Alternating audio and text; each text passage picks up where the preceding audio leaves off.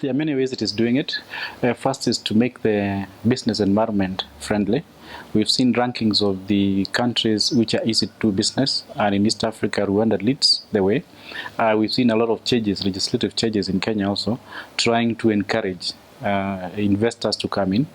Of course, there is the connectivity of Kenya to the rest of Africa. East Africa is the gateway to East Africa by virtue of geographical positioning, maybe even relative development levels compared to the East African countries. There is also a lot of emphasis on the service industry. I think education has produced quite a lot of talent for Kenyans, and I think Kenyans, to a large extent, can compete on the world scale in terms of ability to deliver service.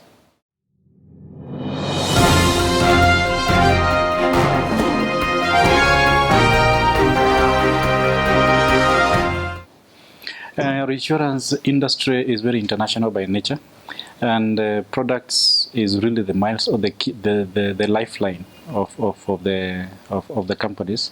In terms of new products, the latest is oil and gas. We've been training a lot. In fact, even as we sit here, there's a training which is going on. We've gotten some experts from UK to come and train because we believe we need the skills in terms of underwriting as well as claim management for oil and gas. It's a new field for us. Before that, we went through micro insurance. We trained quite a bit of companies in the Kenyan market. We actually structured treaties for a number of them, and we are leading in some of the treaties. And before, agriculture also is a new area that we've been focusing on. Agriculture insurance is quite underdeveloped. And after 2007 post-election violence, we've seen a demand for political violence insurance, and so we got into that. We got ourselves capacity through a retrocession program which we bought for ourselves, and based on that we are able to give cover, political violence, terrorism cover or insurances to the companies in the Kenyan market and actually beyond.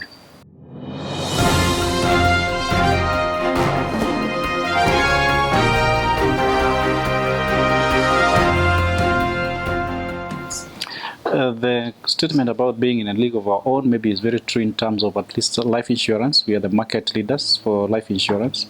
In terms of strategizing going forward, we have a strategic plan.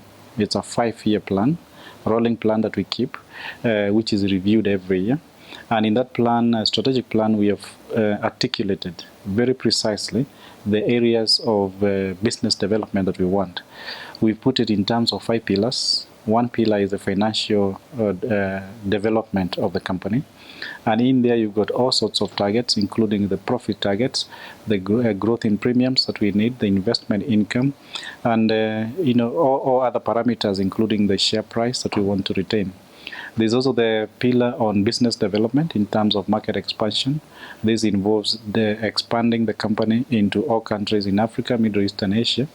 It also involves developing products, new products, the ones we've just mentioned here, and entrenching ourselves or increasing the percentage of business we are doing with the companies that we are dealing with. The other pillar is about internal efficiencies, and here we've got the kingpin there is the EBS or the ERP that we've implemented.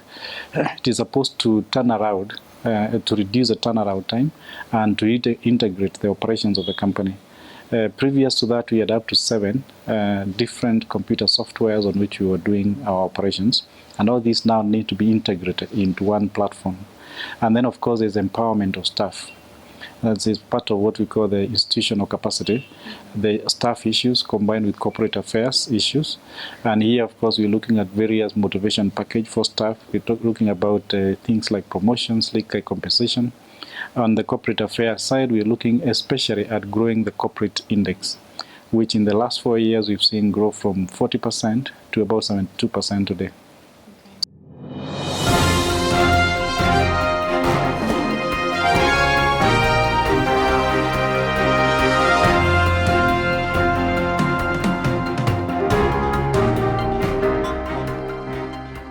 Yes, reinsurance business is broker driven. The world over, actually, it's not just in Africa. So you cannot expand into some of these places without partnerships, especially with reinsurance brokers. So our key focus or our key partners is the reinsurance brokers. And the key ones in the African continent is JB Border. We also have in the Southern Africa part, we've got Aon Benfield. In the West Africa part, we've got people like ARB, Africa Insurance Brokers. And in the Kenyan market, all those, and including Afroasia, that's Afroasia Insurance Services. So those are the key ones. Of course, on the investment side, we are also partnering with the investment brokers also in terms of spotting opportunities for investment in the market. And we are also thinking of getting a portfolio, a fund manager who can advise on international investments in terms of investing outside the country.